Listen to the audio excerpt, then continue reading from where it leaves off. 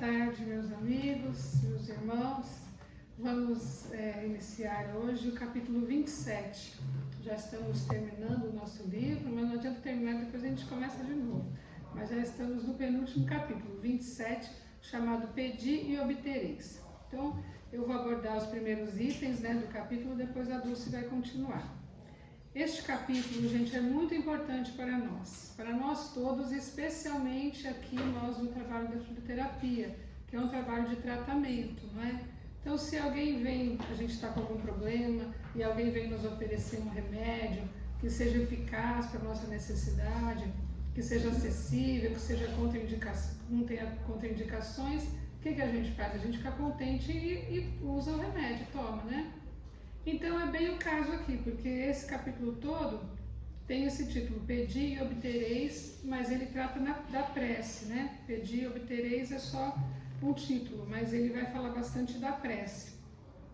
Então, antes de entrar propriamente no capítulo do Evangelho segundo o Espiritismo, nós vamos ao livro dos Espíritos e vamos ver o que tem lá sobre a prece. Então, no item Lei de Adoração, no capítulo Lei de Adoração, na questão 659, Allan Kardec pergunta aos Espíritos: qual o caráter geral da prece? E a resposta: a prece é um ato de adoração. Orar a Deus é pensar nele, é aproximar-se dele, é pôr-se em comunicação com ele. A três coisas podemos propor-nos por meio da prece: louvar, pedir e agradecer. E depois, na sequência, na questão 660, Allan Kardec continua perguntando: a prece torna melhor o homem? O que vocês acham? Que a prece torna melhor o homem?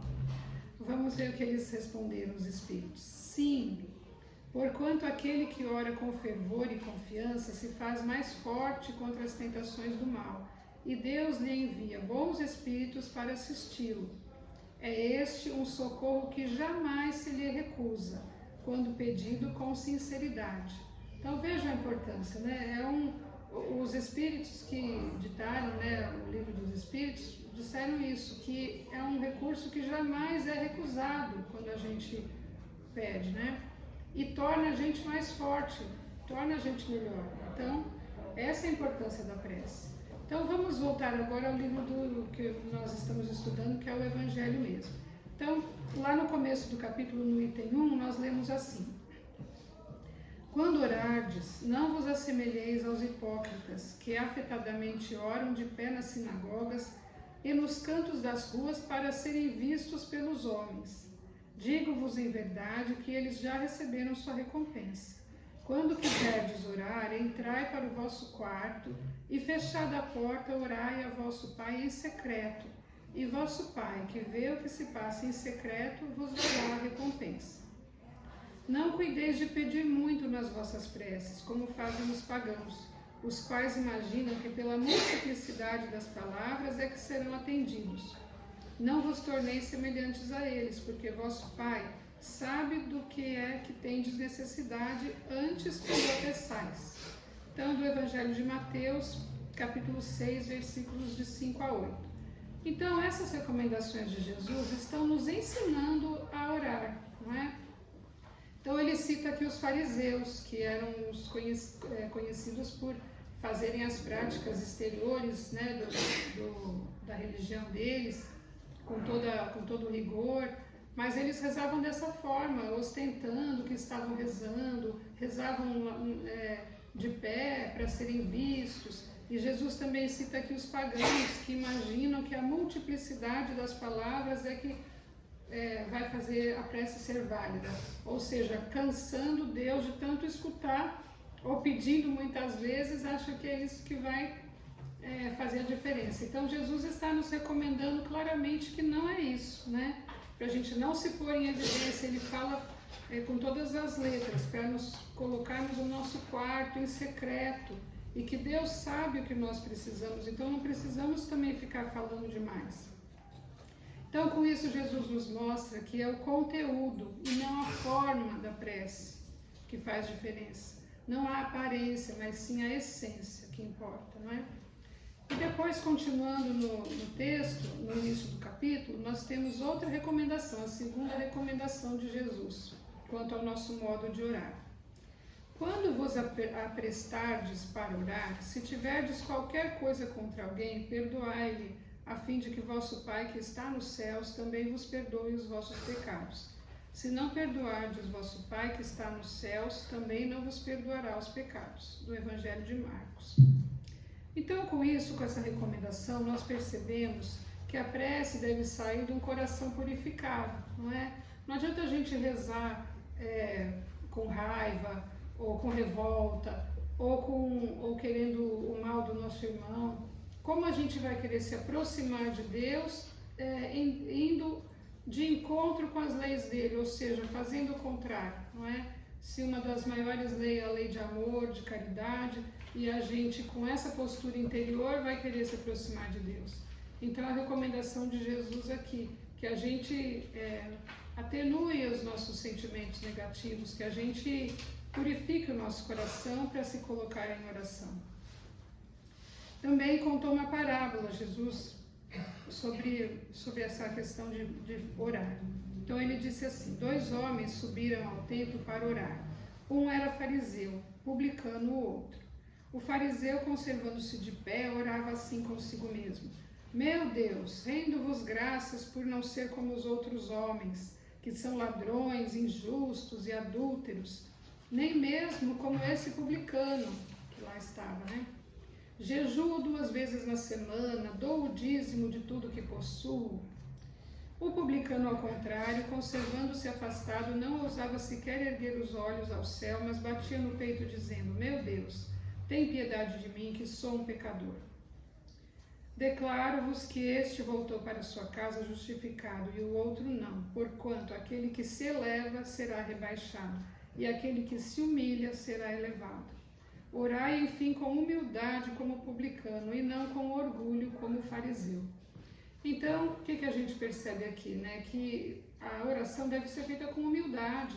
Quando a gente precisa de alguma coisa, a gente tem que ter a humildade de saber que nós não somos tudo isso, como o fariseu estava se achando aqui, né? Então, a postura de humildade é muito importante. Jesus deixou claro com essa recomendação aqui, com essa parábola. Há quem julgue que é desnecessário a gente ter que pedir, ter que se colocar em oração para pedir, justamente porque Deus já conhece todas as nossas necessidades, não é? Mas a prece não é para nós informarmos Deus do que está se passando. Ele já está bem ciente, até muito mais do que a gente. Então, é para nós nos colocarmos numa condição de sermos atendidos. É para nós exercitarmos a nossa fé, a nossa proximidade com Deus, aumentarmos o nosso relacionamento com Deus e assim permitirmos que o auxílio chegue para nós. É para também nos colocarmos nessa postura de humildade. Aquele que nem pede, que nem, né, que não se põe pronto para receber, se ele receber aquele benefício, às vezes nem dá valor, como uma criança, né, que às vezes está precisando de alguma coisa, a mãe corre para querer atender e a criança desperdiça, não dá valor, se volta às vezes contra a mãe que não deu do jeito que ela queria. Então, a postura de você reconhecer que você está precisando de ter humildade e de se aproximar de Deus, isso nos faz estarmos em condições de receber. E não que Deus vai ficar feliz ou vai mudar alguma coisa. Deus tem as suas leis, Deus está muito acima de nós e Ele não vai se abalar por causa da nossa postura. Nós é que precisamos chegar a Ele através da prece. A prece, então, precisa ser nessas condições para ser atendida. E também há um outro argumento que as pessoas usam, às vezes para não se dedicarem à prece, que é que tudo se rege no universo segundo as leis de Deus, e que não são as nossas rogativas que vão mudar os acontecimentos que já estão determinados. Porém, a gente tem que lembrar que mesmo dentro das leis imutáveis de Deus, as circunstâncias da vida não são absolutamente determinadas, não existe fatalidade. Se assim fosse, a nossa participação, o nosso livre-arbítrio com o qual Deus nos dotou, as nossas iniciativas, o nosso esforço para nos melhorarmos, para nos mantermos nas boas iniciativas, não teriam razão de ser. Nós seríamos um simples boneco passando pelas situações da vida, já determinadas, não é?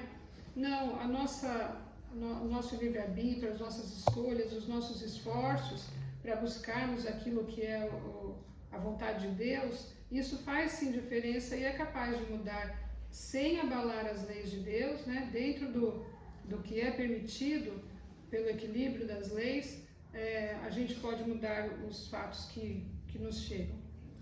Então, pedir sim, com humildade, reformulando o nosso coração, assim como Jesus nos recomendou.